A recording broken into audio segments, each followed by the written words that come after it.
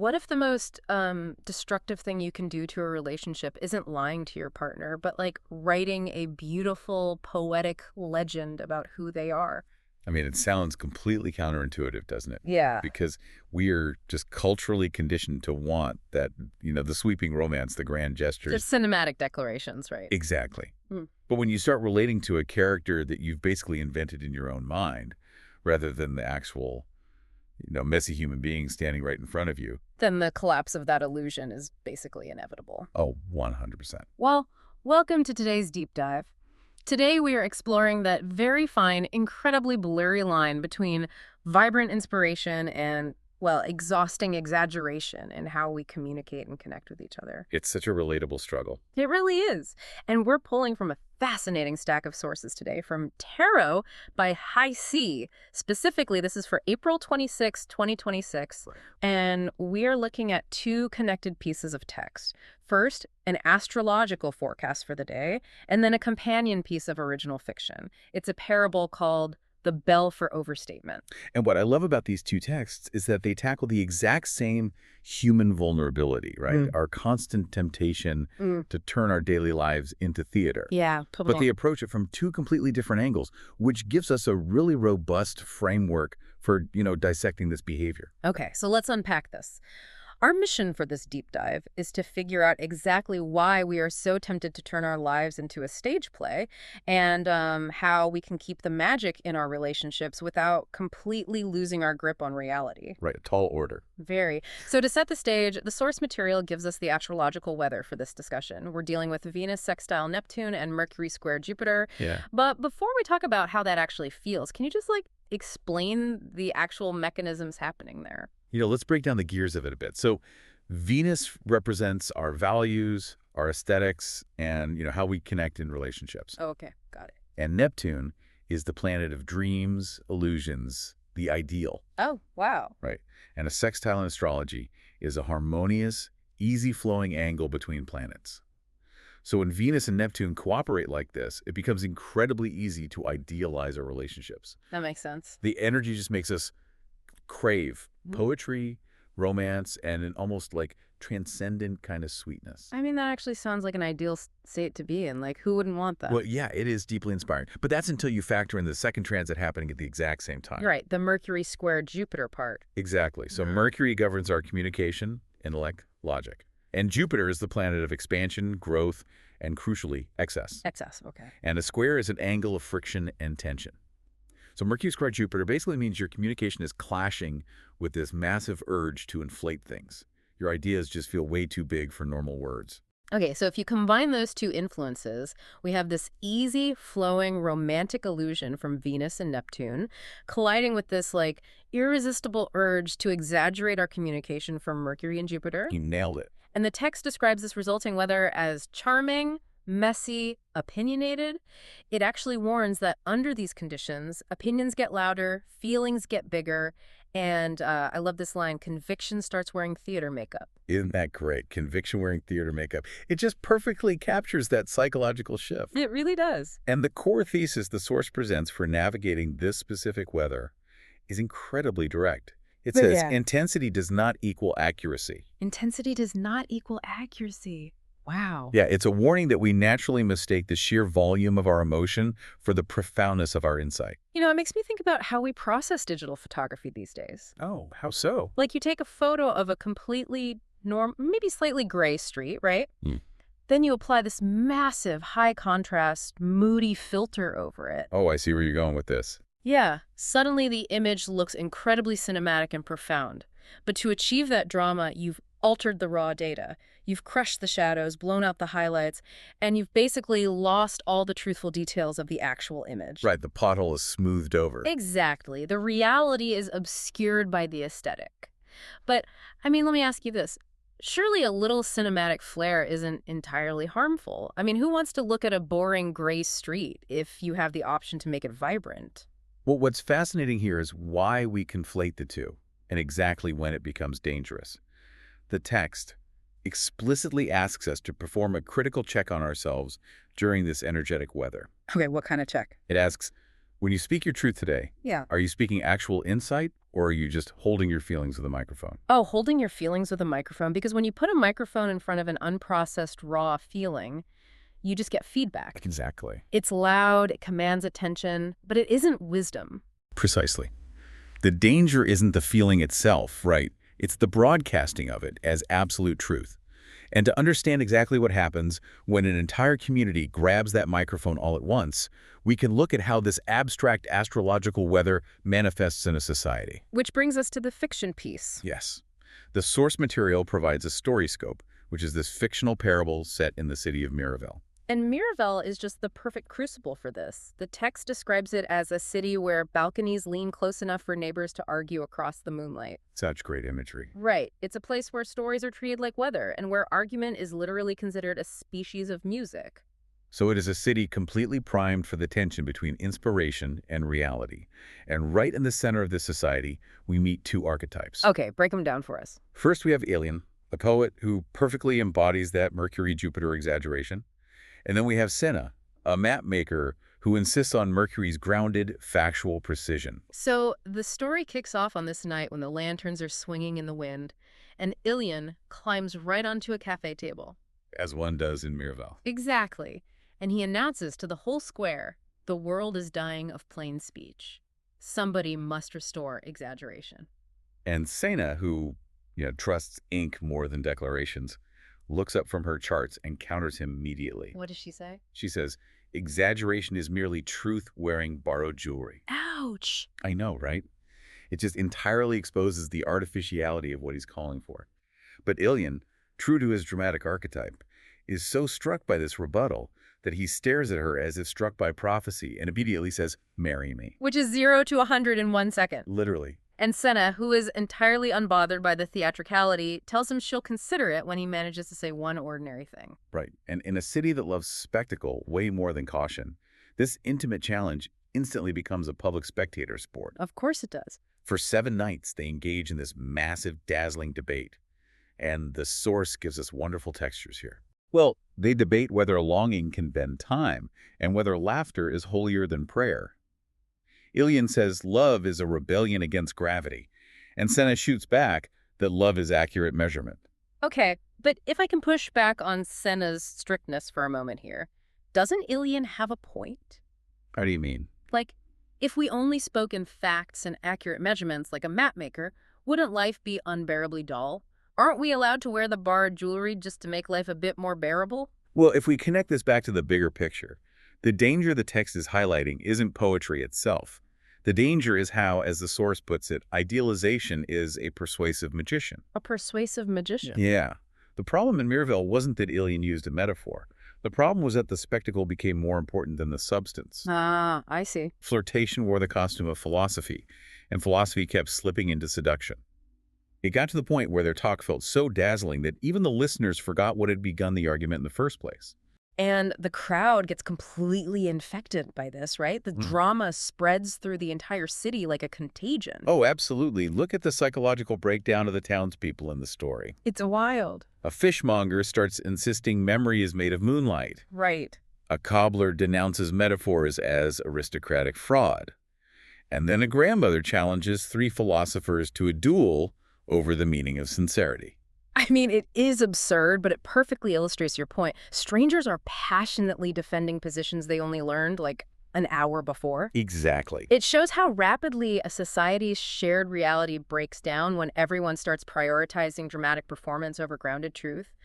Like you said earlier, conviction is wearing theater makeup on a mass scale. But eventually, a collective fever dream like that has to collapse. It always does. Right. Yeah. And it trickles down to an intimate, personal level. The illusion you build around someone else or that they build around you will always crack under its own weight because a human being cannot bear the weight of a myth. Which brings us to the climax of Ilyen and Senna's dynamic. So as the days go on, the oversized, theatrical nature of their relationship reaches a breaking point. Right, because Ilyen grows convinced that Senna isn't even a normal woman. He decides she's a disguised enchantress sent to test him. He writes sonnets comparing her eyes to revolutions. He claims that birds literally pause in reverence when she laughs. And Senna is forced to point out the plain reality. She tells him, I have ordinary brown eyes. And the birds pause because you're scattering breadcrumbs. But the illusion is incredibly contagious. Even Senna, the strict mapmaker, isn't immune. She starts to wonder if his flamboyance conceals some hidden sage. She begins to doubt her own ordinary reality because the idealization is just so persuasive. But the grandiosity does start to wobble, though. Yeah, my favorite part. The source gives us this wonderful grounding detail where Ilyen is caught trying to write a grand poem, and he's stuck trying to rhyme the word transcendence with fermented lentils. The mundane crashing right into the myth. But the city just keeps feeding their legend. Painters follow them around, students copy their arguments. A playwright even turns one of their debates into a 5-act tragedy. It's all so over the top. Everything is oversized, which leads them directly into the city's annual festival, the Mask of Echoes. And the Mask of Echoes is a powerful setting for this confrontation.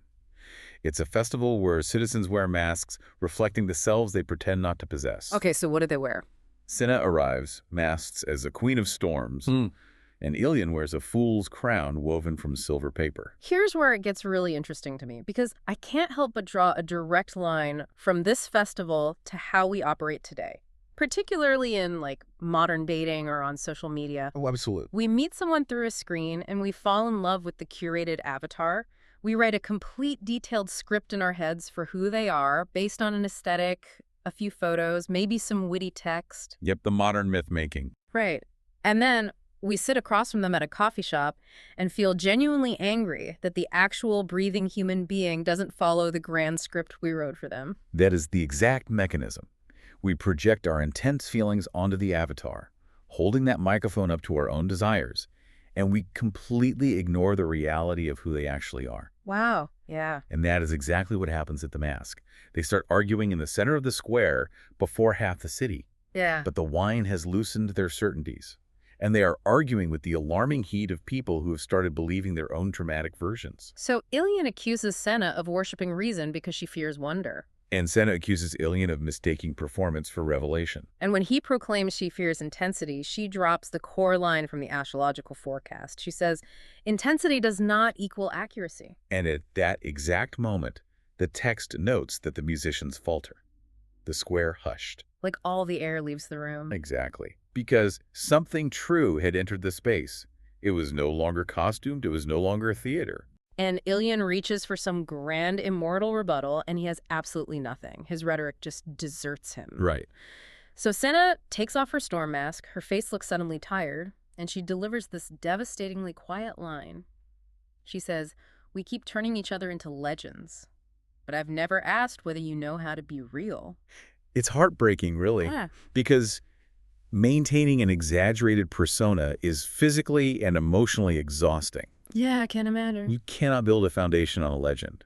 And the exhaustion isn't just felt by them, it's felt by the observers. Right, the crowd. Yeah. Into that dead silence, an old puppeteer in the crowd laughs and calls out, "At last," a sentence not overdressed. Let's think about why the author specifically chose a puppeteer for that moment. Oh, I love this detail. Right. Because a puppeteer is a professional illusionist. They make a living pulling strings and manipulating figures for an audience's entertainment. So for a puppeteer to be the one to express relief... It means that even the people who orchestrate the spectacle are tired of it. Exactly. When you spend your life pulling strings, you recognize when everyone else is doing it, and you crave reality just as much as anyone else. That is a crucial insight. The puppeteer's relief validates Senna's exhaustion.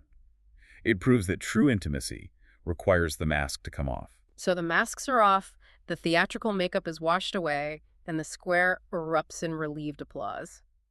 But the question remains, once you've stripped away the illusion, how do you rebuild a connection that is both honest and beautiful? Well, the source resolves this by removing them from the spectacle entirely. Okay, where do they go? They leave the festival, they leave the city walls, and they walk out to the olive trees at dawn. No audience, no admirers, Yeah. just birds and the waking light. But the contrast to the noisy city square is so vital there. Very much so. Because out there, in the quiet, they finally offer each other plain truth. And Ilyen makes a confession that I think hits at the very core of why humans exaggerate in the first place. What does he say? He says, "I am often afraid plain truth will make me disappear." Which is a profound psychological admission. Exaggeration is often just a defense mechanism. Yeah, that makes a lot of sense. It's the deep-seated fear that our unadorned selves are invisible or, simply not enough to hold someone's attention. That without the heavy filter, the photograph is boring. Wow. And Senna responds with equal vulnerability, right? She does. She admits that she hides inside precision for similar reasons. Her maps and exact measurements are really just a different kind of armor to keep people at a safe distance. So they drop the performance, they sit beneath the trees and begin again, not with declarations, but with questions. What frightens them, what they had invented about each other. And the text notes an important discovery here. Ilyen finds that poetry did not die when stripped of inflation. It actually breathed better. They establish a new baseline, making a pact by sunrise. Keep the poetry, lose the distortion. Keep the poetry, lose the distortion. And to enforce this, Senna brings out a tiny brass bell that she normally uses for map-making errors. They agree that whenever either of them drifts into grand illusion or, like, theatrical conviction, the other will ring this bell. A bell for overstatement. It's a great practical tool. Okay, but wait, if I'm having a genuinely vulnerable, romantic moment with my partner, and they literally pull out a brass bell and ring it in my face because my metaphor was slightly too grand, You wouldn't like that. I would probably walk out. Doesn't extreme precision and accountability kill the romance just as fast as extreme exaggeration? Well, this raises an important question about how we define romance. Okay. If the bell was used to punish, then yes, it would absolutely kill the connection. But the text frames it differently. Senna learns that imagination does not need to oppose reality, it can illuminate it. So they work together. Exactly. Yeah. When you strip away the distortion, you aren't left with cold, dead facts. You are left with a profound connection because it is actually real. You aren't loving a legend, you're loving a person. So the paradox the source presents is that reality itself became the finest romance ever written, precisely because it was honest. Right. Truth, spoken quietly, outshines performance. The text ends by telling us that years later, people in the Lantern District would still hear this old couple laughing over wine. The man would start some extravagant pronouncement, the woman would ring the little brass bell, and they would both just smile. It's a masterful synthesis of the astrological advice and the human experience. It really ties it all together. You can feel the deep, expansive feelings of Jupiter and Neptune, but you have to anchor them with the grounded, truthful communication of Mercury and Venus. Speak your truth, feel your feelings, but don't let the theater overtake the genuine connection. As we wrap up this deep dive, I want to turn this back to you listening. Think about your own conversations today. Are you holding a microphone up to your feelings and confusing the volume for wisdom? It's a hard question to ask yourself. It is. Are you wearing borrowed jewelry to make your point seem just a little more profound than it actually is? The challenge from both the astrological warning and the parable of Miravel is exactly the same. Keep the poetry. Lose the inflation. So what does this all mean for tomorrow? We've talked a lot today about the dangers of artificially inflating the ordinary to make it magical.